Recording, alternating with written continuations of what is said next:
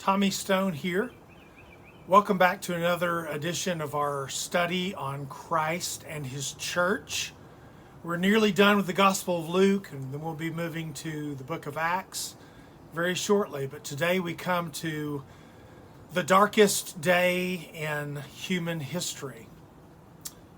In Luke chapter 23, we have the events described of the crucifixion of Jesus Christ, the man who was also God, sent by the Father to redeem mankind. And you have the most unbelievable account here of the rejection of that Messiah. And so I want to look at Luke chapter 23 today, and this description that is a little different than Matthew, Mark, and John's accounts of the crucifixion. Luke really leans into the cast of characters around Jesus on this occasion. I want you to notice that they all have a different take on the events that are going on. What did they think about the crucifixion of the Christ? Well, we're introduced first to the council, the Jewish council that we last left in chapter 22, that had already had their minds made up about Jesus. They were just going through the motions of gathering together and leveling charges against him. Their goal, of course, was the putting to death of this so-called Messiah in the most unfair way, according to their own rules of order. They were breaking their own traditions and rules left and right, and making sure that Jesus had a hearing where he had no chance of coming out of this innocent. In Luke chapter 23, it begins with the entire council taking Jesus to Pilate, the Roman governor there at the time. And the council's case about Jesus was this, threefold really. They said he is leading our people astray. Secondly, he is telling the people not to pay their taxes to the Roman government, which was, as you know, blatantly false. And he was claiming he is the Messiah, a king. Partially true. He certainly was claiming to be that Messiah, but his kingship was very different and was no threat whatsoever to the Roman occupation. They thought that these charges were going to get him in trouble with the Roman government. And so Pilate is presented with this case. Pilate, we should say, was pretty indifferent to the whole matter. He certainly saw through what they were trying to do, didn't see any reason to charge Jesus with a punishable crime by giving him a death penalty, but eventually gives in to the people's will. He asked Jesus, "Are you the King of the Jews?" And Jesus says, "You have said it."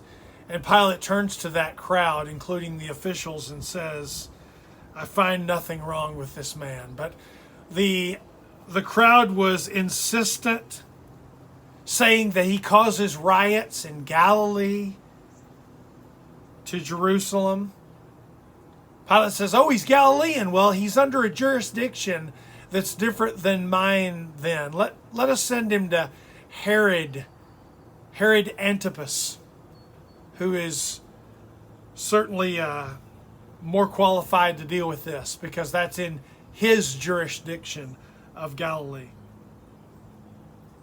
So Herod happened to be in Jerusalem at the time, so Pilate sends Jesus and this group to Herod. Well, Herod was curious about Jesus.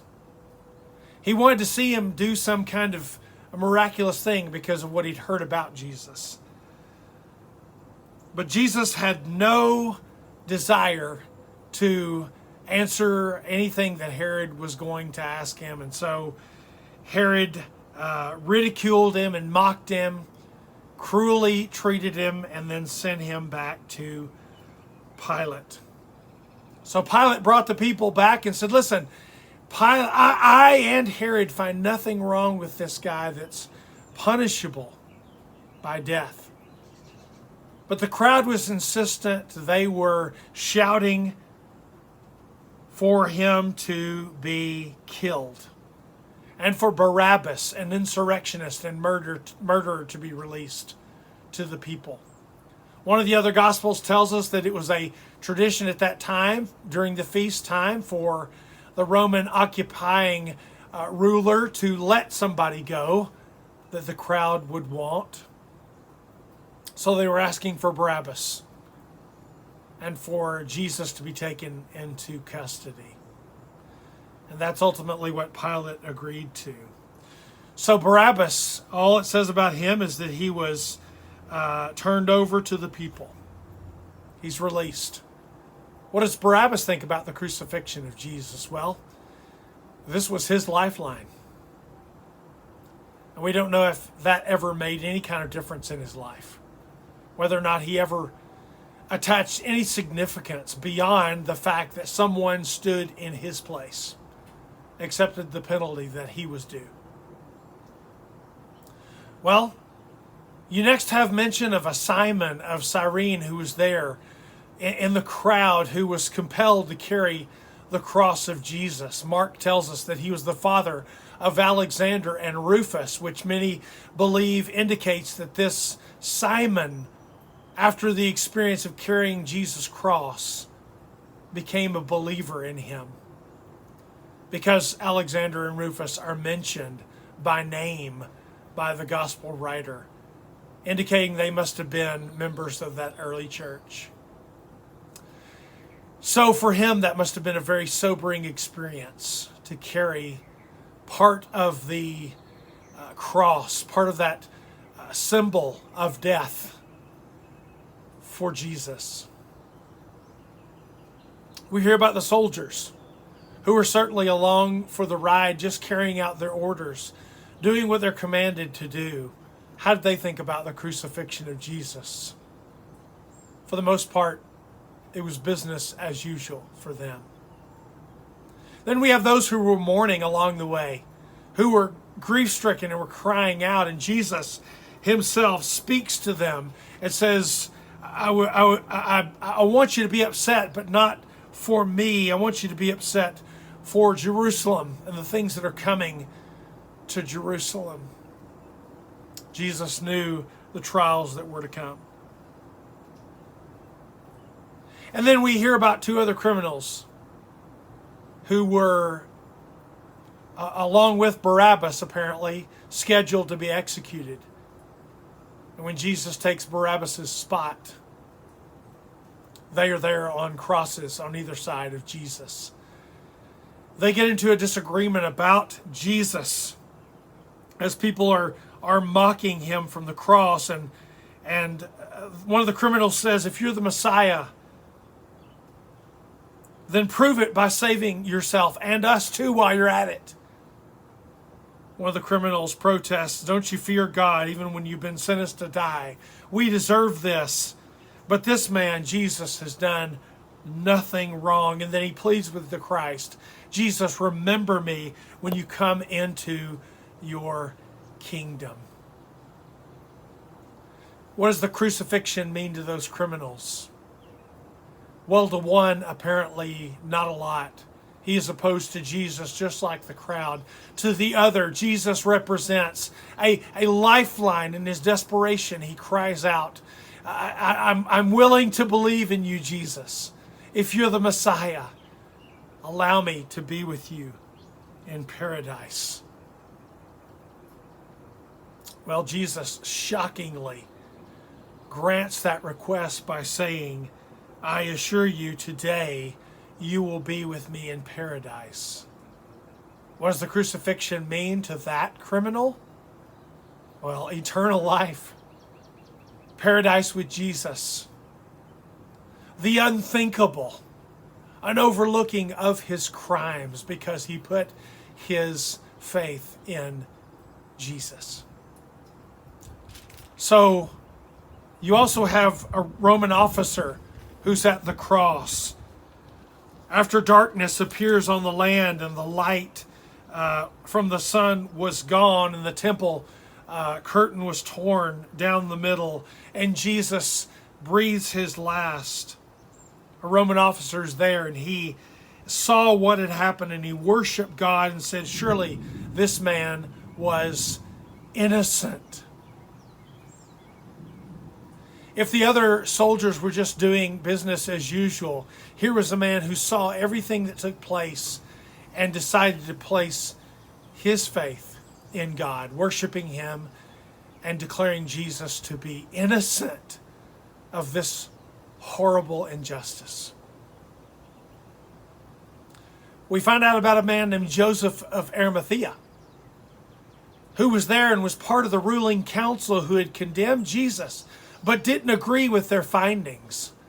How difficult it must have been for him, who apparently had some faith in this Jesus and maybe believed in him as the Messiah and did not agree with what everyone was doing, to see Jesus on that cross.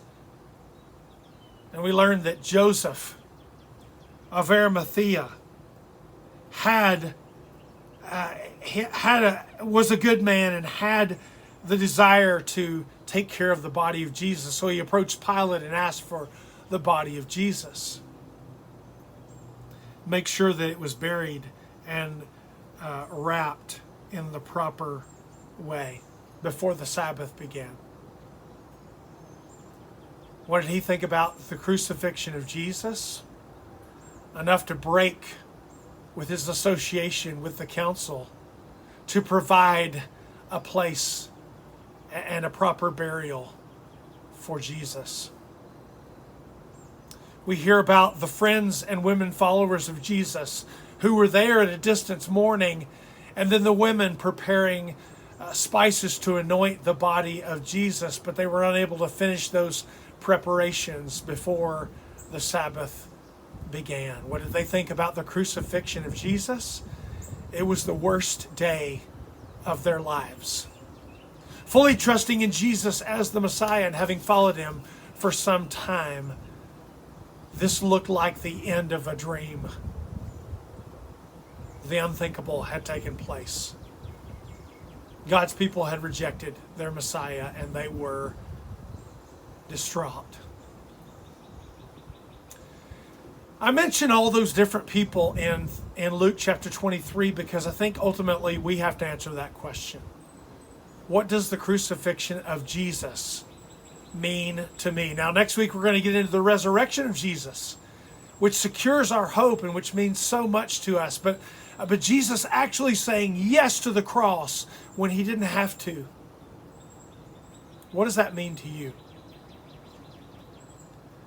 We have to answer that question if we're going to decide whether or not to follow Jesus or not, to be his disciple or not. What does the crucifixion of Jesus mean to me? Am I indifferent? Am I actually opposed to it? Am I more concerned about myself and whether or not someone stands in my place and that doesn't really make a difference to how I live the rest of my life? Does it change my heart and make me desire to follow this Jesus? Is it enough to convince me what I see here, that Jesus was who he claimed to be? Do I want to treat him with love and respect like a Joseph of Arimathea or the women there? What does Jesus dying on a Roman cross mean to me? The darkest day in human history, the worst of human injustice, also becomes the means by which God saves humanity. God saves me and God saves you. Paul said it in his letters. I'm not ashamed of the gospel of Christ, and that I preach Christ and Him crucified. The worst day in the history of the world is good news, Paul says, because it means salvation for all of us. I hope that we'll all think deeply as we read Luke 23 and the other gospel accounts of the crucifixion of Jesus. I hope that we'll be able to say with Paul that, listen, because of that, I'm crucified myself with Christ. I'm going to do some dying. Nevertheless, I'm living, yet not I, but Christ lives within me. And the life I now live in the flesh, here I live by faith in the Son of God who loved me and who gave Himself for me. I hope that drives you in how you live every single day as a disciple of Jesus. I hope this is sobering as we read about this account, but I hope it gives us great hope and joy to know on this Black Friday that we read about that Sunday was coming. We're going to hear about that next week. I hope you'll join us, and I hope you have a wonderful week.